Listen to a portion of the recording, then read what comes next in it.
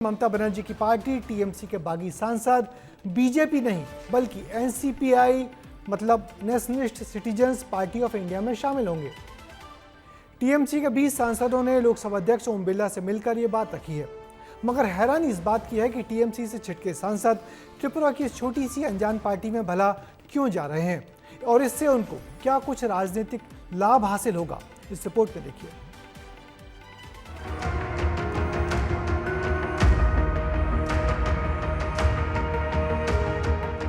Speaker Om Birla के साथ बैठे ये टीएमसी के सांसद अपनी पार्टी बदलने का प्रस्ताव लेकर पहुंचे थे। कुल 17 सांसदों में से काकोली घोष, सायोनी घोष, शताब्दी रॉय, जून माल्या, बापी हलदार भी शामिल थे और इन्हीं सांसदों ने त्रिपुरा की एक छोटी और अज्ञात पार्टी एनसीपीआई यानी nationalist citizens party of India में विलय करने का तय किया है। पार्टी 2023 में बनी है और इसकी मौजूदगी मुख्य रूप से पश्चिम बंगाल के हावड़ा इलाके और कुछ पूर्वोत्तर राज्यों जैसे त्रिपुरा और असम में है। पार्टी की टैगलाइन है, अपने अधिकार बचाने के लिए राजनीतिक दल बदलुओं को ठुकराइए। और अब इस पार्टी ने 17 बागी सांसदों को एक प्लेटफॉर्म दिया है।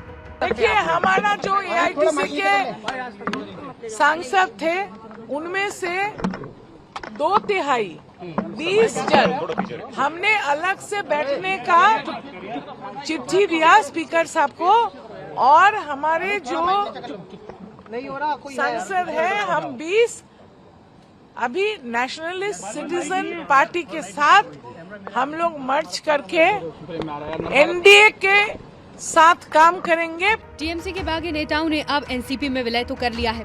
एक ऐसी पार्टी जिसका नाम शायद ही किसी ने सुना होगा। पार्टी रजिस्टर्ड तो है लेकिन गैर मान्यता प्राप्त राजनीतिक पार्टी है और ऐसी ही पार्टी की बागी सांसदों को तलाश थी, लेकिन क्यों, ये एक्सपर्ट से समझिए। टीएमसी से जीत क्या है? टीएमसी ने उन्हें निष्कासित नहीं किया है और ऐसा कोई भी कानून नहीं है कि विधायक दल के सांसद अपने स्तर पर पार्टी तोड़ के विलय कर लें। इसलिए उस पार्टी से मैं अपने आप को मर्ज किया पहले। अब वो पार्टी से विलय हो सकते हैं या वो अलग बैठने के लिए स्थान मांग सकते हैं संसद। ये सभी सांसद करेंगे एनडीए को ही समर्थन, लेकिन विपक्ष में बैठकर और इससे सीधे तौर पर फायदा बीजेपी को होना है।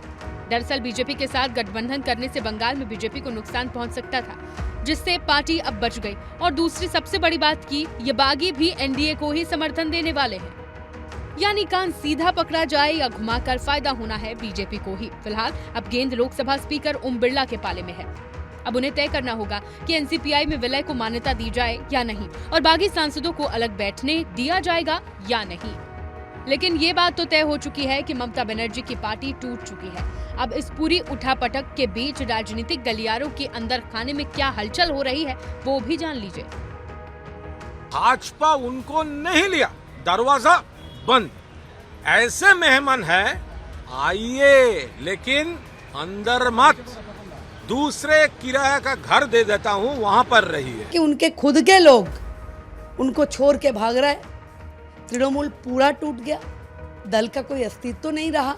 अब ऐसे ही होना था। 18-19 जो भी हैं इन्होंने दिखा दिया कि ये केवल सत्ता और सत्ता की लालच में राजनीति में थे। इनको विचारधारा से जिन कारणों से बंगाल के लोगों ने उन्हें 5 साल के लिए सांसद चुना, उसका इन्हें कोई इज्जत और रिस्पेक्ट नहीं है। लेकिन असली राजनीतिक लड़ाई शायद अब शुरू होने वाली है, क्योंकि सवाल सिर्फ 17 सांसदों के जाने का नहीं, सवाल ये भी है कि आखिर असली टीएमसी कौन है?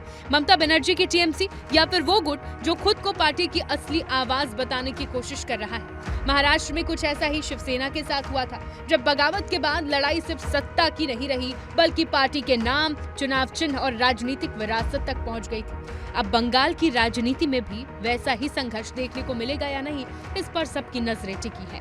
ब्यूरो रिपोर्ट, विस्तार न्यूज। मगर टीएमसी छोड़ने वाले 20 सांसदों में सबसे चर्चित नाम सायोनी घोष का है। मगर दिल्ली में बीजेपी नेताओं से चल रही मेल मुलाकातों में सायोनी एक बिल्कुल नजर नहीं आ रही या सामने नहीं पड़ रही, फिर चाहे वो भूपेंद्र यादव का बंगला हो या ओम बिरला का घर।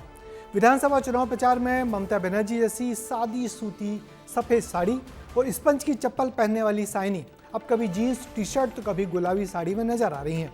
ऐसा लगता है कि उनका वो रूप चुनाव में अपनी सादगी को दिखाकर वोटों की सहानुभूति लेने तक ही सीमित था। खैर, अब जब सायोनी दिल्ली पहुंची तो उन्हें पत्रकारों ने घेर लिया, उनसे सवाल पूछे तो आखिर उन्होंने कैसे दल बदल किया, क्या कुछ सवाल था और क्या जवाब दिया सायोनी घोष ने, ये भी सुनिए।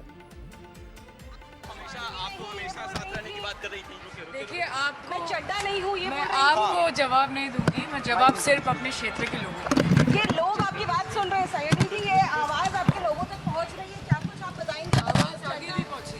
चड्डा नहीं हूँ, चड्डी बन जाऊँ, ऐसी बात आप तंज कर रही थी, ऐसी बातें क्यों कर रही थी?